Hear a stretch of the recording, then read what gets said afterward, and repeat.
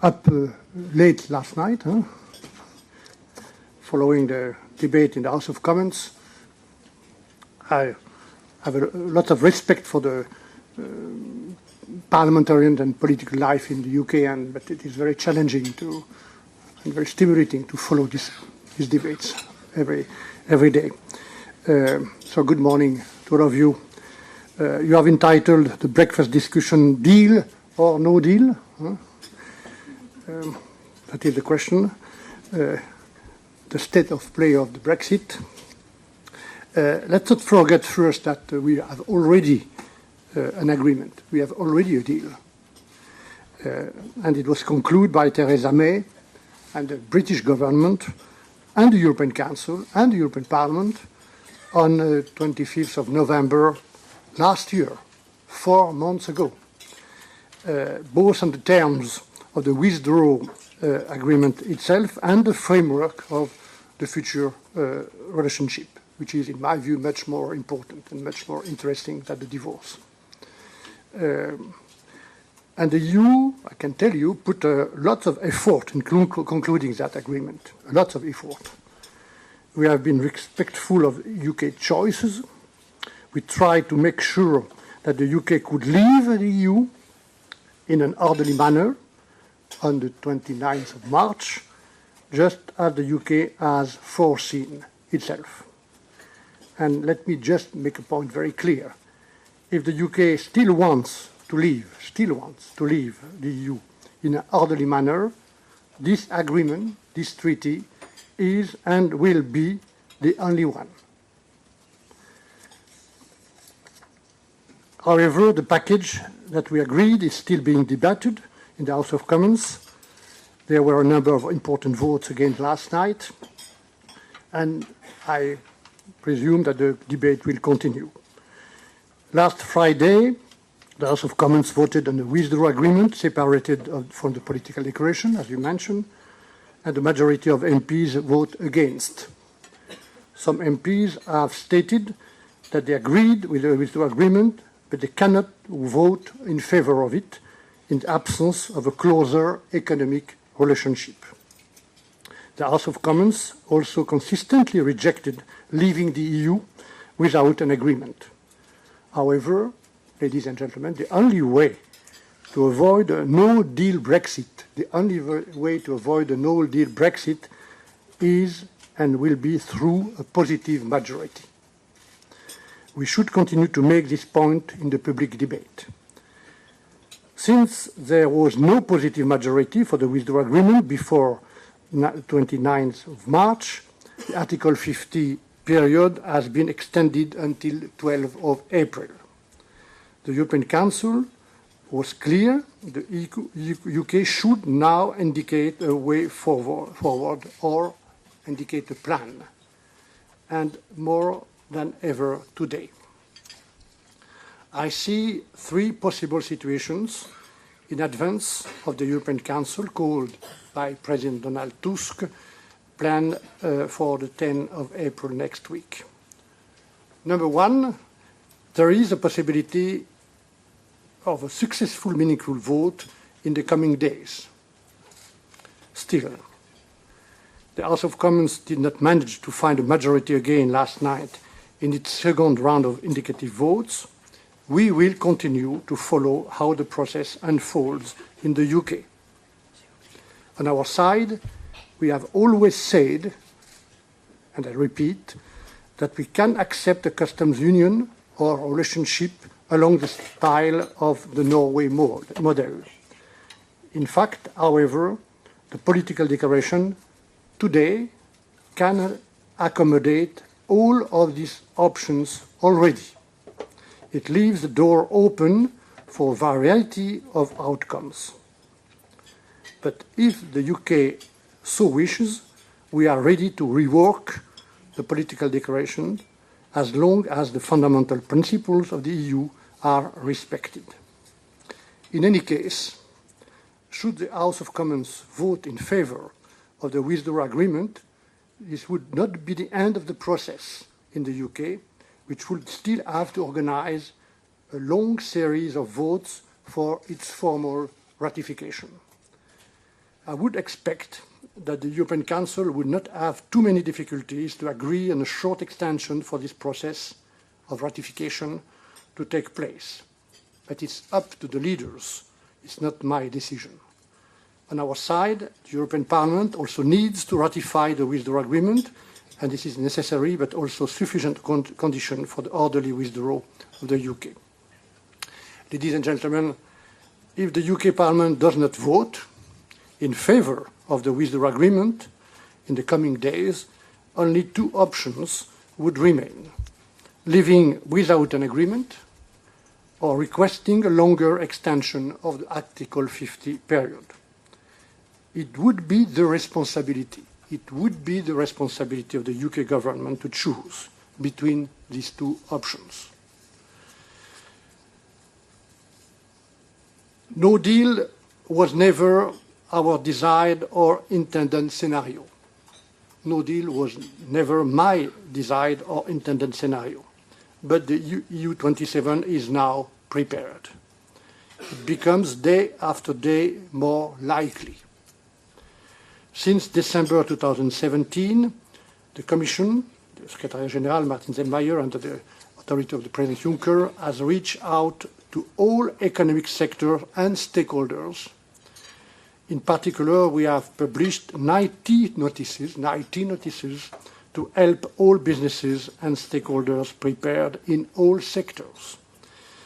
We have also worked with the Member States, and the Commission just completed a tour of the 27 capitals to make sure that no question is left unanswered.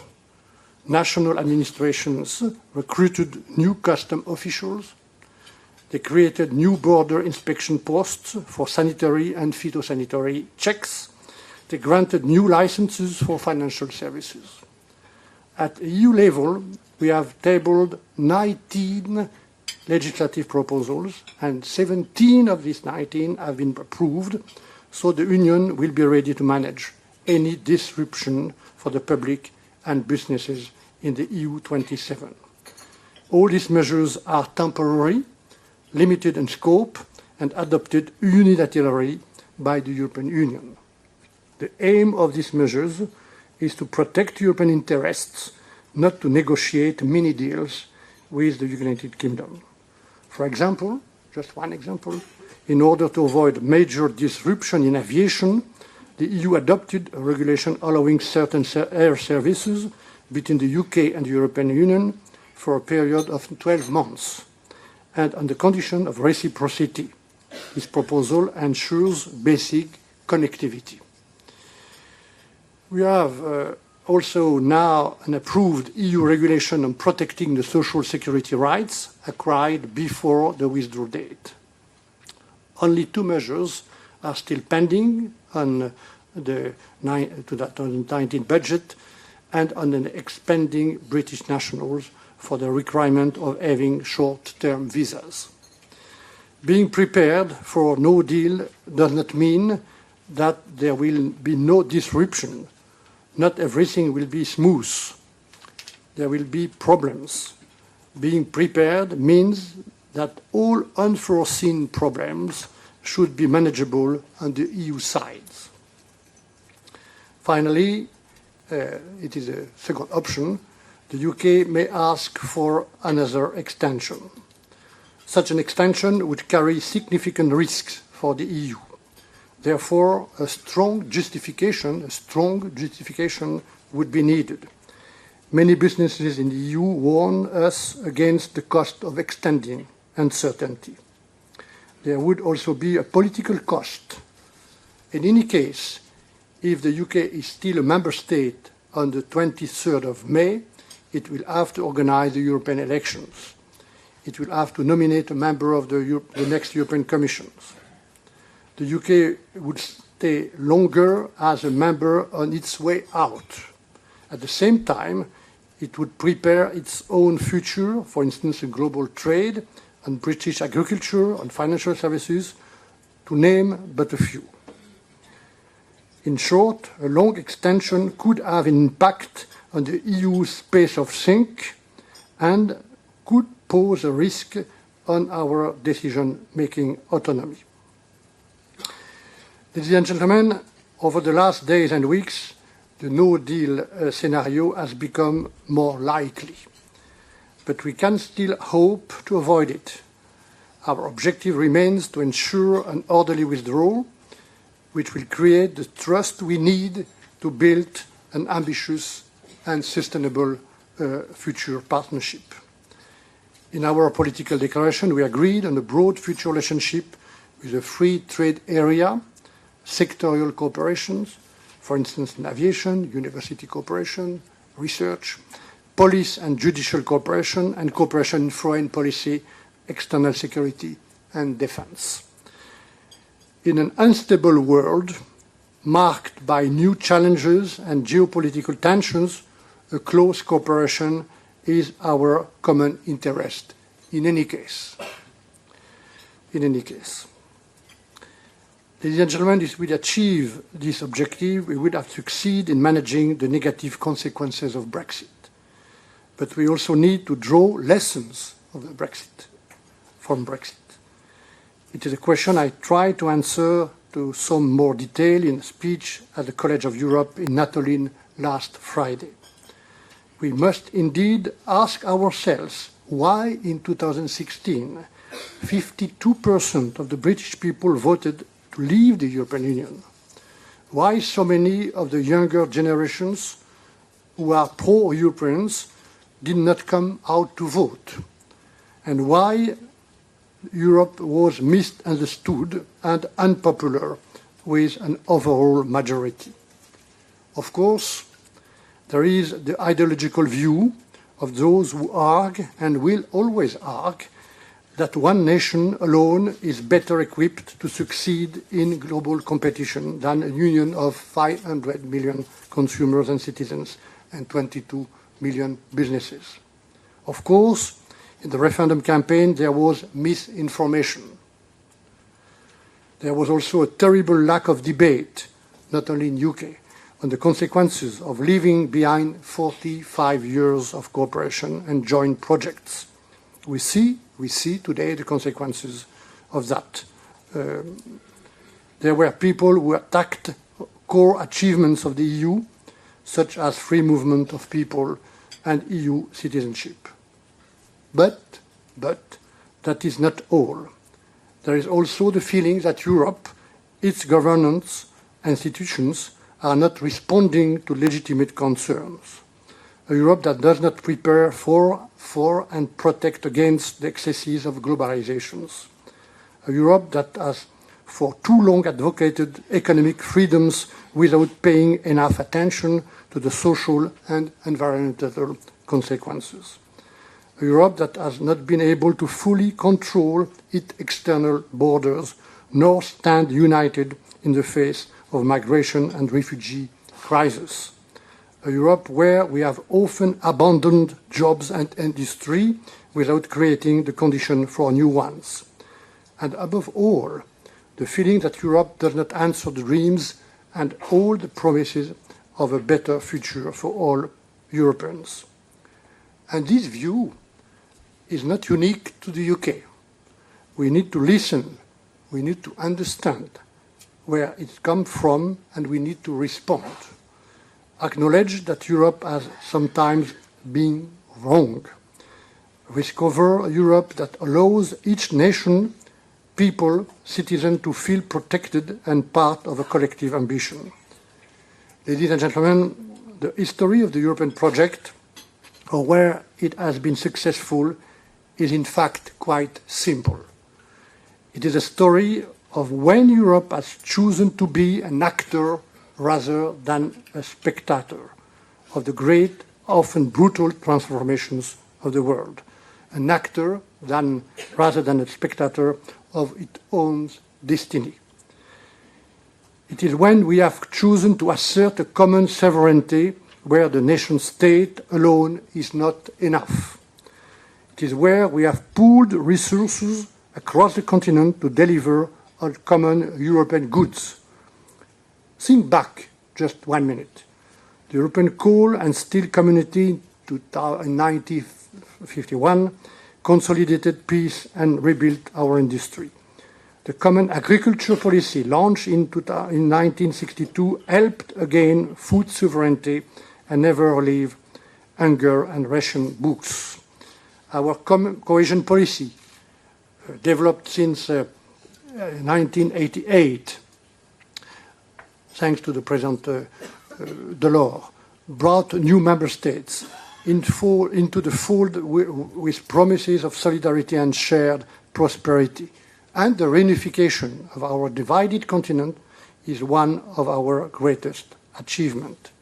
The single market, launched in 1993, enlarged markets beyond national markets and developed this shared prosperity. And since 1999, the single currency has facilitated trade, and it also becoming an instrument of European sovereignty. And last, let's not forget, at the foundation of all the above, since the very beginning, lies a set of shared values: human dignity, freedom, democracy, equality, and the rule of law. This is the heart of our union, what united us as Europeans. We must be proud of all these achievements, but also realize that today, perhaps, even more brutally than in the past, we are facing major global challenges on which we must act together. Climate change, migration, industrial and technology disruptions, and terrorism are systemic challenges on which member states cannot deliver alone. Our union must be an evolving project. We must be ready to deliver on new European common goods, a green Europe with the objective to become the first carbon-neutral economy by 2050, making our economy more circular and leading the battle in protecting biodiversity. A modern industrial strategy to show that Europe is open but not naive, no longer naive, ready to invest in digital and artificial intelligence, capable of addressing the fundamental challenges of skills and human capital. A European defense, pooling our capabilities, as proposed first by President Juncker 5 years ago, and reinforcing our operational capacity to act together at home, in our neighborhood, and beyond. An ambitious migration policy to take control of migration flows coming to Europe, combining the protection of our external borders, the fight against trafficking, the definition of legal avenues, and common responsibility on asylum. These are just some examples of what we must now do at 27, building on the unity acquired during the Brexit negotiations. In reality today, it is no time for regrets. The world is fast outpacing Europe. Europe cannot remain obsessed by the past when the rest of the world is looking to the future. It's time to step up. What we do not do for Europe, nobody will do in our place. So that is my first introductory remarks, and now I'm ready to answer to the question and to listen to you also. Thank you very much for your attention.